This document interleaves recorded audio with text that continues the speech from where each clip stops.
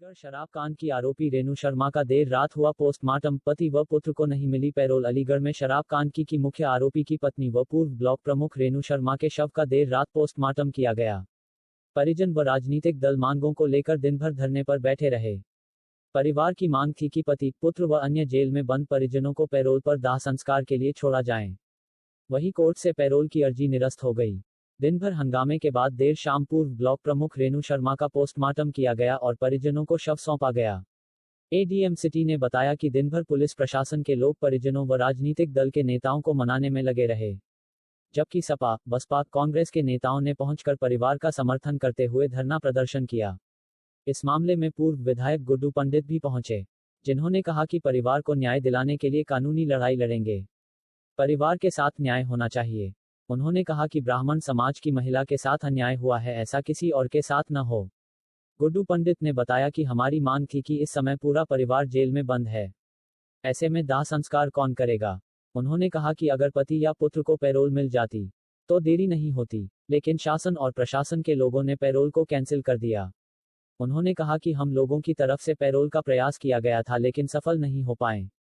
गुड्डू पंडित ने बताया कि इस पूरे प्रकरण की जांच के लिए उच्च स्तरीय कमेटी बनाने की मांग की है।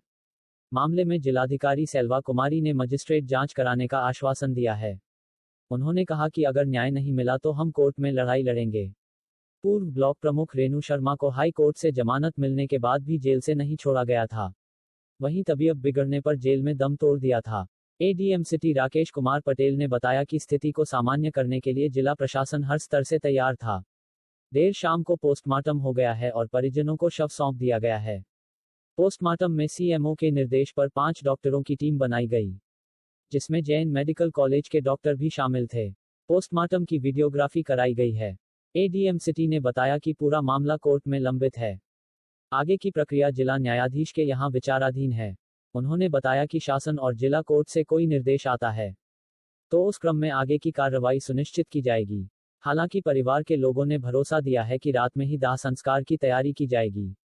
दाह संस्कार के समय एसडीएम कोल और पुलिस के आला अधिकारी मौजूद रहेंगे।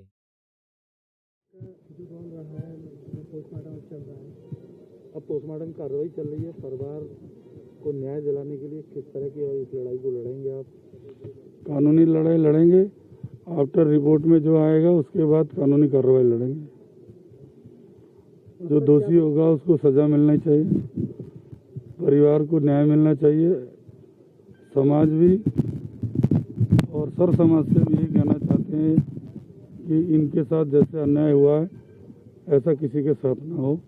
इसके लिए किसी भी स्तर से हो हम लोग लड़ाई लड़ेंगे समाज पूरी। तो वैसे क्या डिमांड चल रही थी लगातार आपकी? हमारी डिमांड ये थी कि पूरा परिवार अंदर है, उसके बच्चे अंदर हैं, उनके भाई अंदर हैं, दाग कौन लगाए।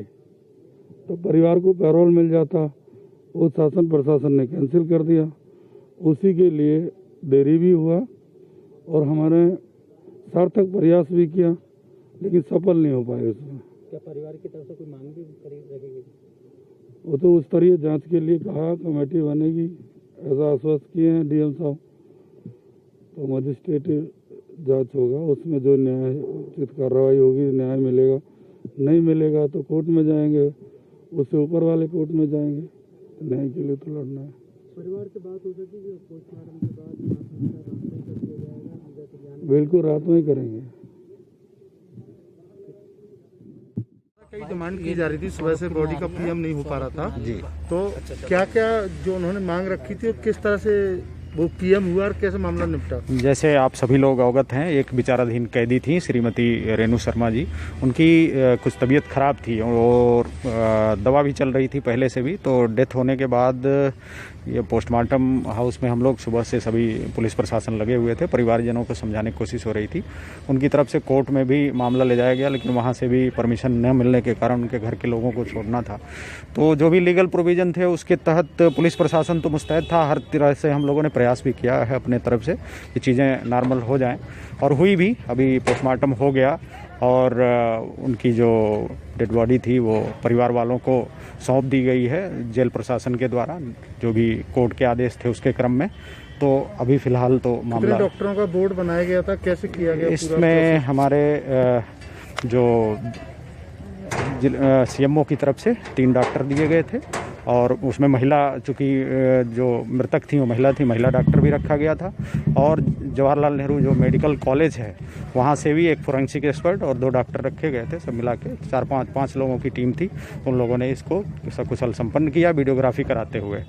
तो अब परिवार वालों को सौंप दिया परिवार के द्वारा एक कहा गया कि पूरे मामले की निष्पक्ष जांच तो किस तरह की अब इसमें अब आगे चूँकि मामला कोर्ट के अधीन विचाराधीन है, तो जिस भी तरह के आगे की प्रोसीडिंग होगी वो माननीय जनपद न्यायाधीश और उनके जो भी जिस कोर्ट में पेंडिंग है मामला विचाराधीन है, उनके निर्देशों के क्रम में और ऊपर से भी शासन या माननीय कोर्ट से भी कोई आदेश आता है तो उसके क्रम में आगे की कार्यवाही सुनिश्चित कराई जाएगी। अंतिम संस्कार सर रात को ही किया जा रहा है? अब परिवार के लोगों ने तो ये कहा है कि रात में ही करेंगे। वहाँ तैयारियां भी हो रही हैं। हमारे SDM और पुलिस के प्रशासन के सभी अधिकारी भी मौके पे मौजूद रहेंगे और रात में ही करने के लिए परिवारीजन तैयार हैं, तो उनके हिसाब से व्यवस्थित करके करवा लिया जाएगा। Thank you.